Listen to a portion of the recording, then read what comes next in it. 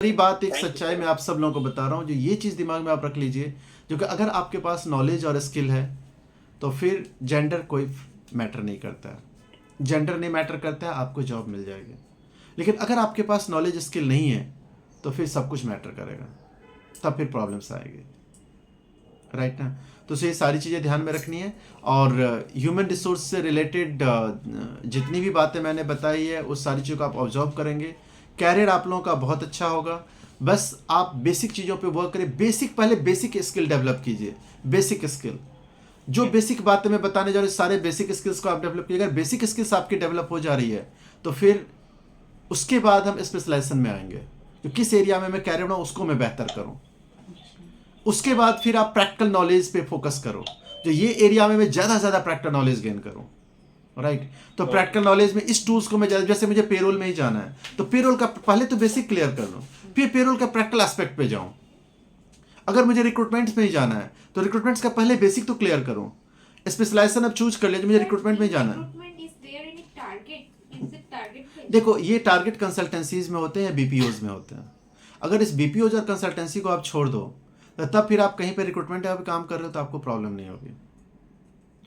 Consultancies में बहुत problem है, और ज़्यादातर इजी जॉब मिल जाता है लोगों को कंसल्टेंसीज में, और वहाँ पे वो टारगेट वाली टाइप नेचर ऑफ वर्क होती है। लेकिन अगर आप या फिर बीपीओज में, क्योंकि वहाँ पे रिट्रेंचमेंट रिक्रूटमेंट बहुत फास्ट है, या जहाँ पे लाइफ इंश्योरेंस कंपनीज है जैसे कोटक महिंद्रा, इस सब टाइप की कंपनीज है, तो उस सब में थोड़ा सा प्रेशर होता है रिक्रूटर को। लेकिन वही जैसे मैं एफएमसीजी कंपनी में काम करता था, वहाँ पे मैंने बहुत सारे रिक्रूटर को हायर किए थे, वो लोग एकदम एंजॉय कर रहे थे, कोई दिक्कत ही नहीं है। They like work like executive like काम कर रहे हैं, उनको बहुत ही लिमिटेड रिक्रूटमेंट का है, वो आसानी से कर लेते हैं। अच्छी कंपनी में आपको उतनी चैलेंज नहीं आती है, तब आपको नॉलेज भी ज़्यादा रहना पड़ता है। यहाँ पे जो रिक्रूटर का काम नहीं करते हैं, they are working like a telecaller. Frankly speaking, पूरी recruitment end to end recruitment का जहाँ पे भी काम है वहाँ पे टारगेट नहीं होगा, एकदम डैम श्योर आप समझ लो। जहाँ पे केवल स्क्रीनिंग करना है, बस रिक्रूटमेंट का 20% वर्क है, वहाँ पे टारगेट होगा। अगर आप रिक्रूटमेंट की पूरी वर्क अगर आपको मिल जाता है एंड टू एंड रिक्रूटमेंट, तो आप टारगेट वाले चक्कर में नहीं पड़ोगे, ये भी सच्चाई है। लेकिन अगर वो चीज़ हमको नहीं मिल रहा है, हमको अगर एक ही काम मिल रहा है जो 20% ही वर्क रिक्रूटमेंट का मिल रहा है, तब प्रॉब्लम होगी। तो ये चीज़ें भी है। तो अगर रिक्रूटमेंट्स में जाना है तो मैं सारी चीज़ें समझो। अब कहीं पे आप रिक्रूटर भी काम करोगे तो आपको तो डेप्थ नॉलेज रखना पड़ेगा। ऑफर लेटर कैसे इशू करते हैं, अपॉइंटमेंट लेटर कैसे इशू करते हैं, उसके लिए सीटीसी डिजाइनिंग भी आना चाहिए। अब रिक्रूटमेंट का मतलब नहीं कि रिक्रूटमेंट जान लो तो आप रिक्रूटर बन जाओगे। आपको अगर रिक्रूटर हो, एंड टू एंड रिक्रूटमेंट, तो आपको ऑफर लेटर इशू कर, अपॉइंटमेंट, तो आपको पेरोल का भी नॉलेज रखना पड़ेगा। आपको बेसिक नॉलेज सब रखना पड़ेगा, कोई भी एक स्पेशलाइजेशन के लिए। ये भी मैं बता दूँ, ये एक बहुत बड़ी क्लैरिटी दे रहा हूँ। जो अगर आप स्पेशलाइजेशन भी चाहते हो, जो मैं पेरोल में जाऊं या रिक्रूटमेंट में जाऊं या मैं इंडस्ट्रियल रिलेशन में जाऊं या ट्रेनिंग एंड डेवलपमेंट में जाऊं, लेकिन बेसिक नॉलेज सारे रखने पड़ेंगे। अगर पेरोल में ही जा रहा हूं तो रिक्रूटमेंट्स का ही पूरी नॉलेज रखनी पड़ेगी, रिक्रूटमेंट में जा रहा हूं पेरोल का भी नॉलेज रखना पड़ेगा, क्योंकि आप सीटीसी तो आप ही फ्रेम करोगे।